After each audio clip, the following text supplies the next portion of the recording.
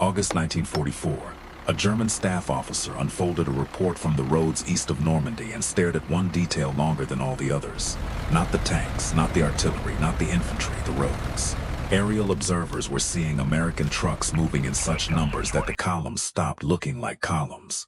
They looked like a second front, a moving one. Fuel trucks, ammunition trucks, ration trucks, repair trucks, all crawling through France under blackout discipline, marked by a simple sign painted on the roadside. A red circle. That was the part that bothered him, because a red circle was not a weapon. It did not fire shells, it did not hold ground, it did not break through a hedgerow. But every time German planners calculated that American armor should run out of gasoline, another wave of trucks arrived. Every time they expected artillery fire to slacken, more ammunition reached the guns. Every time the front moved too fast for any normal army to supply, the Americans kept moving. And somewhere inside the German headquarters, a simple question became impossible to ignore. What kind of army turns a road sign into a strategic weapon? The answer began on August 25, 1944, when the Red Ball Express opened for business.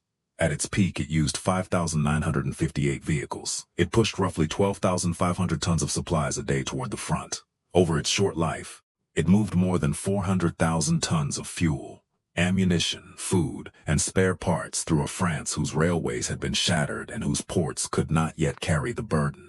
And the men who made that machine run were not the men most histories put in the center of the map. Many of them were black American soldiers, serving inside a segregated army that trusted them to feed the war, fuel the war, and keep the war moving, but still did not trust them with the full citizenship they were defending. This is not the story of one battle. This is the story of the machine behind the battle. The machine Germany misread until it was too late. To understand why the Red Ball Express mattered, you have to begin with a problem that looked simple on paper and almost impossible on the ground. The Allies had broken out of Normandy. That was the good news. The bad news was that they had broken out too well. The German army was retreating. American armored columns were racing across France faster than the original supply plan had expected. Every mile forward made the battlefield look better and the supply line look worse. Fuel had to come from the rear. Ammunition had to come from the rear. Food, tires, oil, spark plugs, medical supplies, replacement parts, all of it had to come from the rear. And the rear was getting farther away by the hour. A tank without fuel is not a tank. It is a steel bunker with a very expensive engine. An artillery battery without shells is not a threat. It is a group of men standing beside empty guns. A division without food can still look like a division on a map, but only on a map. The French rail network had been badly damaged by Allied bombing before D-Day to slow German movement. That decision helped the invasion succeed, but it created a second problem after the breakout. The same wrecked rail lines that slowed the Germans also slowed the Allies. Ports were another bottleneck.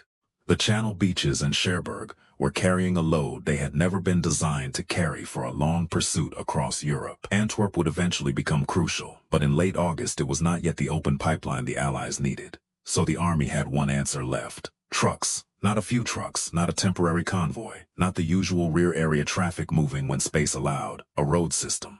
A dedicated one-way circuit where loaded trucks went forward on one route and empty trucks returned on another. Civilian traffic was barred. Military traffic that did not belong there was pushed aside. Red ball signs marked the priority lanes. Military police controlled the choke points. Drivers ran day and night. It was crude in one sense. Rubber, gasoline, men, maps, signs, and discipline. But in another sense, it was one of the most sophisticated battlefield systems the war had ever seen. Because the genius of the Red Ball Express was not just that it had trucks. Germany had trucks. The difference was what happened when the trucks broke, when the roads jammed, when the front changed direction, when a depot ran short of tires, when a driver had been awake too long, when thousands of vehicles had to behave like one moving organism. That was where the American system became dangerous. The trucks were largely standardized. The workhorse was the 2.5-ton cargo truck, the kind soldiers called a deuce and a half. A mechanic trained on one could often repair another. Parts could move between vehicles. Tools and procedures repeated. A water pump was not a mystery. A tire was not a custom problem. A broken truck was not automatically a lost truck. For German transport units, the situation was often messier. Their vehicle pool could include German trucks, captured French trucks, Italian trucks, Soviet trucks taken earlier in the war, each with its own parts and manuals and breakdown habits. When one of those trucks failed, the first question was not, How fast can we fix it? It was, what is this thing? That difference sounds small. It was not small. Small differences multiplied across hundreds of miles become strategy. And Red Ball multiplied everything. It multiplied roads. It multiplied vehicles. It multiplied maintenance. It multiplied the labor of men whose names were rarely written down with the same care as the generals they supplied. The drivers ran punishing hours. 10-hour shifts could become 12. 12 could become more. Men slept in cabs, at depots, beside wheels, wherever exhaustion finally hit harder than the schedule.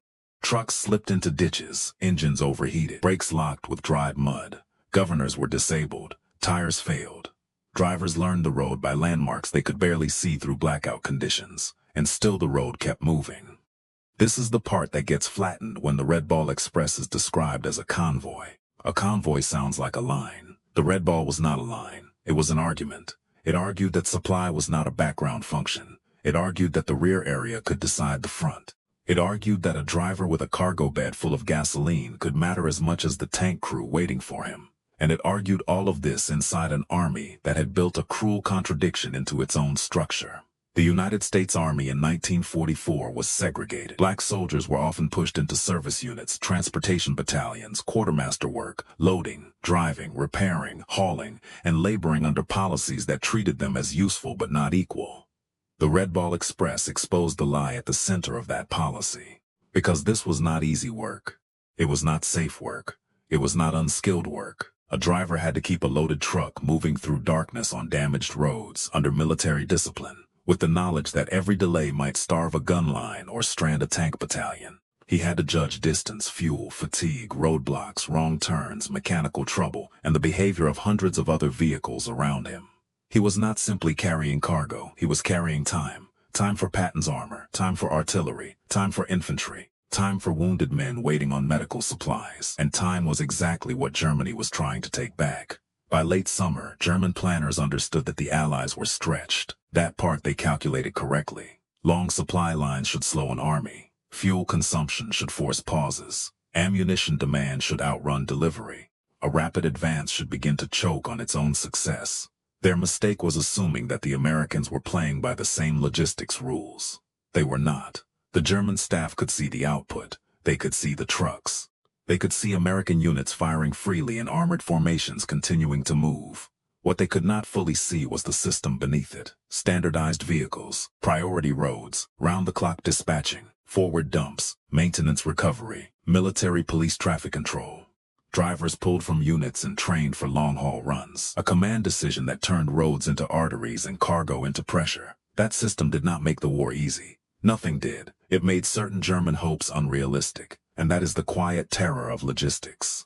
It does not look dramatic until the enemy's plan depends on you running out of something. And you do not. Inside Allied headquarters, not everyone loved the idea at first. A dedicated highway system sounded disruptive. It consumed trucks that other commands wanted. It took control of roads. It demanded priority in a theater where everyone believed their own emergency was the emergency. But the math left little room for elegance. If the trucks did not move, the advance would stop.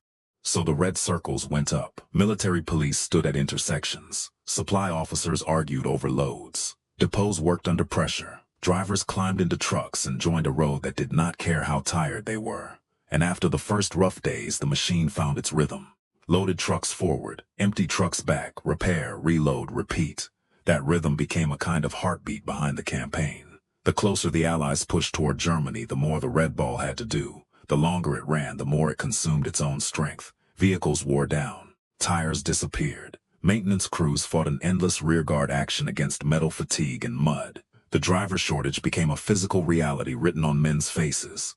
The system was powerful, but it was not magic. That may be the most important part. The Red Ball Express was not a miracle. Miracles do not need spare parts. This machine needed everything. Tires, fuel, maps, wrenches, cooks, dispatchers, military police, mechanics. Drivers who kept going when their bodies told them to stop. Officers who understood that a truck sitting idle was not just a truck sitting idle, but a missing link in a chain that reached all the way to the front. It worked because thousands of people did disciplined, exhausting work in a system designed to make their labor compound. And because the enemy never found a clean way to make that system stop. German aircraft were no longer strong enough in the West to destroy the traffic flow from the air. Roadblocks and damage could slow parts of it, but the route system had enough control to adjust. Bad weather punished drivers and vehicles, but bad weather punished everyone. And the American maintenance machine kept feeding vehicles back into service. The Red Ball's greatest vulnerability was not only the German army, it was the strain of success. Every mile forward increased the distance. Every successful delivery created another demand. Every army commander wanted more fuel, more shells, more food, more priority. That is where logistics becomes morally invisible. When it works, everyone credits the attack. When it fails, everyone curses the rear. But in late 1944, the rear was becoming the difference between momentum and paralysis. The Red Ball Express did not win the war by itself. No honest history should claim that. The infantry still fought. The tank crews still burned. The engineers still bridged rivers. The medics still worked in impossible conditions. The artillery still paid for every yard with thunder. But the Red Ball changed the shape of what was possible. It meant an American unit could fire more freely because the shells might actually be replaced. It meant tanks could keep pressure on a retreating enemy longer than German staff tables expected. It meant commanders could take operational risks that would have been reckless in an army with weaker supply. And it meant that thousands of black soldiers, officially pushed to the margins of glory, were standing at the center of the machine that made the glory possible. That contradiction did not disappear when the war ended. Many of those drivers came home to segregation. Some returned to towns where their uniforms did not protect them from humiliation. They had helped move an army across Europe, but in much of their own country, they still could not move freely through a train station, a polling place, a school, or a lunch counter. That is why the Red Ball Express is more than a logistics story. It is a story about what a country was willing to depend on and what it was unwilling to acknowledge. The army depended on black drivers to keep Patton moving. It depended on them to haul gasoline and ammunition through France. It depended on them to master roads, vehicles, repairs, and fatigue in a system that allowed no romantic speeches and no easy days. Then history often filed them under support. Support, as if fuel is not what lets a tank become a tank. As if ammunition is not what lets courage become firepower. As if food and medicine are not the difference between a formation and a collapse. The word support can hide a great deal. But the road did not hide it. The road recorded it in tire marks, oil stains, empty fuel cans, muddy boots, and red signs nailed beside French highways. By the time the Red Ball Express shut down in November 1944, rail lines had been repaired, additional ports and pipelines were taking more of the burden, and the emergency road system could finally loosen its grip. But what it proved did not vanish. It proved that logistics could be organized as an offensive weapon. It proved that standardization could create speed. It proved that traffic control could become operational power. It proved that the men written out of the heroic version of the war could still determine whether that heroic version was possible at all. The Germans had modeled an army that would outrun itself. Instead, they faced an army that built a road under its own momentum. And that is why the Red Circle matters. Not because it was beautiful, not because it looked heroic, not because it belonged on a monument. It was a plain mark for a hard job. This way forward, this way back, keep moving, do not stop. A symbol simple enough for a driver to follow in the dark, and powerful enough to make German calculations fail in daylight. The Red Ball Express ran on gasoline. It ran on rubber. It ran on maps and wrenches and command arguments and exhausted men gripping steering wheels on blacked-out roads. But more than anything, it ran on a truth armies often learn too late. Battles are won at the front. Campaigns are won by the road that keeps the front alive. And for 83 days in 1944, that road was marked with a red ball.